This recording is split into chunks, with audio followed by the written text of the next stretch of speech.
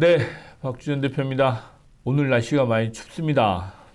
또 어느덧 이렇게 가다 보면 1월이 가고 2월이 오면 봄 소식도 오고 하지 않겠나라는 생각을 하면서 아침에 출근을 좀 했습니다. 지난 한 주 뭐 또 어수선했던 게 있죠. 주택 쪽 투자하시는 분들은 뭐 다주택자 중간세 부분이 뭐 유예가 안 될 것 같다. 뭐 5월 9일에 만기인 거 있죠. 그래서 다주택자분들은 조금 불안해 하시는 것 같고, 제가 이제 투자를 항상 하면서 여러분들한테 말씀드리는 게 있습니다. 미리미리 준비하고 투자는 리스크를 줄이는 거다라고 말씀을 드리는데, 지금 현재 주택시장 투자로 봐서는 저는 조금 걱정스럽습니다. 저희들 인구 구조가 바뀌는 부분, 뭐 2025년이 지나고 1970년생들이 55세가 되던 해였습니다. 작년이. 그리고 올해부터 본격적으로 베이비 부모들이 은퇴를 시작합니다. 특히 65년생 분들이 60세입니다. 은퇴를 하기 시작해요. 연간 뭐 70만 명에서 80만 명이 은퇴를 하는 그런 시기고, 최근 통계에 보니까 서울에 살려면 상위 5% 정도의 5%? 2%. 서울에 살려면 상위 2% 정도의 자산이 있는 분들이 사신다고 합니다. 그럼 대다수 98%는 서울에 살 수 없다, 내지는 서울에 살더라도 상위 2% 안에 뭐 들려면 열심히 살아야 되겠죠. 근데 은퇴를 앞두고 있는 직장 생활을 하셨던 분들 입장에서 보면 쉽지 않은 선택이실 수 있습니다. 특히나 모든 자산이 부동산에 있으신 분들 같은 경우는 쉽지 않죠. 서울 같은 경우는 주택연금 해당되는 집들이 그렇게 많지는 않죠. 왜? 15억이 넘어가는 집들이 많기 때문에 많지는 않은데, 연금 뭐 4층 구조라고 얘기를 했었는데 그거를 온전히 가지고 계신 분이 그렇게 많지는 않습니다. 실질적으로 그렇습니다. 저희가 통계를 보더라도 또 국민연금을 가지고 여러분들이 뭐 150만 원 이상, 뭐 200만 원 가까이 타시는 분들은 그렇게 또 많지 않으시더라고요. 군인, 공무원, 선생님 뭐 이런 분들은 뭐 연금이 좀 돼요. 꽤 되는데 일반 직장인 분들은 그렇게 크지 않다, 많지 않다라는 게 이제 통계치로 나와 있더라고요. 그러면 연간으로 따지면 80만 명 이상이 퇴직을 하고 계신데, 그 중에 뭐 한 10% 정도, 한 8만 명이라고 할까요? 그 정도는 뭐 연금 준비가 되셨다고 하더라도 90% 이상은 준비가 좀 부족하죠. 예, 그러면 그분들은 재취업을 하시거나 다시 이제 소득을 보완하기 위해서 뭔가 이제 다시 생계 시장으로 나오셔야 되는 그런 상황이 있습니다. 이런 어떤 구조적인 변화를 이제부터는 체감하실 수 있습니다. 특히나 지금까지는 인구 구조의 변화의 위험성만 계속 경고를 했던 시기였고, 제가 보기에는 올해부터 2030년까지는 조금씩 체감하는 그런 시기 아닐까라고 저는 생각하고 있어요. 여러분들 주택 사셔가지고 금방 사서 금방 파시나요? 아니잖아요. 최소한 10년 정도는 사시는 게 대부분의 일반적인 성향이고 또 시류입니다. 그렇다고 보면 지금 사가지고 10년 뒤 2035년이 됐을 때 어떤 시장의 변화가 생겼을지 여러분들이 고민을 하시면서 준비를 하셔야 문제가 안 생긴다는 말씀을 드리고 싶은 겁니다. 그래서 주택시장 같은 경우는 너무 급하실 필요 없습니다. 제가 오늘 아침에 포모라는 단어를 관심 있게 봤어요. 조급하실 거 없습니다. 남들 한다고 여러분들 조급해 하시지 말고 여러분들 스탠스로 여러분들 속도에 맞추셔서 여러분들 스스로 계획을 짜시는 노력이 필요합니다. 서울의 그 뭐 아파트 시장이 뭐 폭등할 겁니다, 폭락할 겁니다, 이런 표현이 자극적으로 나오다 보니까 여러분들 스스로도 조절하시기가 힘들어요. 감정 조절하시기도 그렇고, 또 여러분들이 냉정하게 판단하시는 이런 시류에 쉽지 않은 상황이다라는 말씀을 드려서, 제가 올해는 조금 다른 어떤 시각으로 투자를 여러분들에게 말씀드려야 되겠다라는 생각도 지금 하고 있습니다.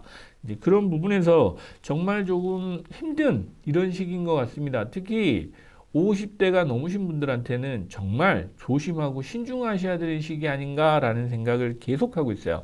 요즘 이제 뭐 MZ들이라고 그러죠. MZ 세대들이 30, 40대까지도 집을 무조건 사야 된다라고 하는데, 여러분들이 지금 뭔가 그 저는 이제 저희 직원들한테 크게 착각하고 있다라고 말씀드려요. 예전에 저희 시기에 저희 같은 사람들이 집을 살 때 보통 30대에 사는 경우 그렇게 많지 않았습니다. 대부분 40대에 샀어요. 그것도 물론 대출 끼고 샀죠. 그렇게 이제 샀던 시기가 있는데 요즘 뭐 20대도 집을 산다고 그래요. 그렇게까지 조급하실 필요 없는데 또 여러분들이 정책에 맞서실 수 없습니다. 정책에 맞서는 사람들은 권력 있고 힘이 있는 사람들이 하는 거지 저희 같은 서민들이 정책에 맞설 수 있는 거 아닙니다. 정책은 이미 방향을 잡고 가고 있는데 왜 자꾸 사람들은 거기에 반기를 들고 또 반대로 가시려고 하는지 잘 모르겠어요. 저는 부자가 되려고 하시면 시류를 잘 타셔야 되고 또 그 시류에 저항하실 필요 없습니다. 제가 이제 누차 말씀드렸죠. 이 정부는 조금 세다. 세기만 한 게 아니고 실제로 실행력도 상당하다라는 부분을 계속 말씀드리고 있는데 얼마 전에 그랬죠. 어떤 분들은 그러시더라고요. 뭐 다주택자 중과세가 아마도 뭐 반반이다. 뭐 해지할 수도 있고 안 할 수도 있는 게 확률적으로 반반이다 그러는데 저는 웃었습니다. 절대 그렇게 안 간다.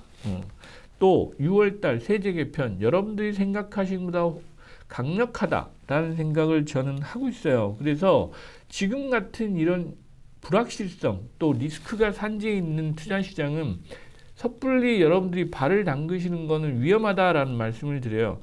차라리 금융시장 요즘에 좋잖아요. 이번 주에 한국은행이 기준금리 금통이죠. 금통위가 열리는데 기준금리는 동결할 것 같다. 뭐 누구나 다 알고 있는 얘기인데 올해 그럼 어떻게 할 거냐? 저는 이렇게 생각했어요.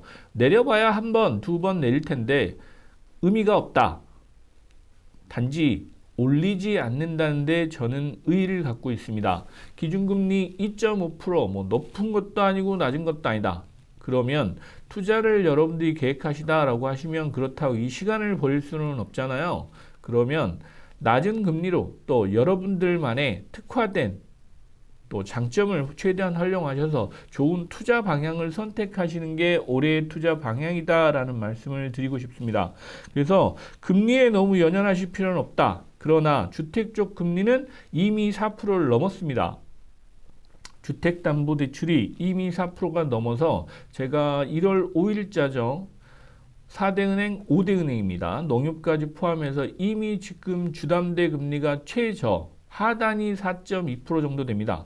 그리고 상단은 6%대를 찍었다. 그래서 주택담보대출 금리는 계속 오르고 있다는 게 특징적인 부분이에요. 그래서 여러분들이 투자를 하실 때 이제는 좀 신중하셔야 됩니다. 특히 주택 투자하시는 분들은. 상업용 부동산 또 다른 시장이에요. 작년에 그렇게 썩 좋진 않았습니다. 그런데 지금 부동산 시장이 잠잠합니다. 시장은 그렇습니다. 뭐 1월이어서도 그렇고 연말 연초에 뭐 거래가 활성화되리라고는 생각 안 했지만 이미 똑똑한 투자자들은 시장을 관망하면서 시장의 방향을 보고 계신 것 같습니다.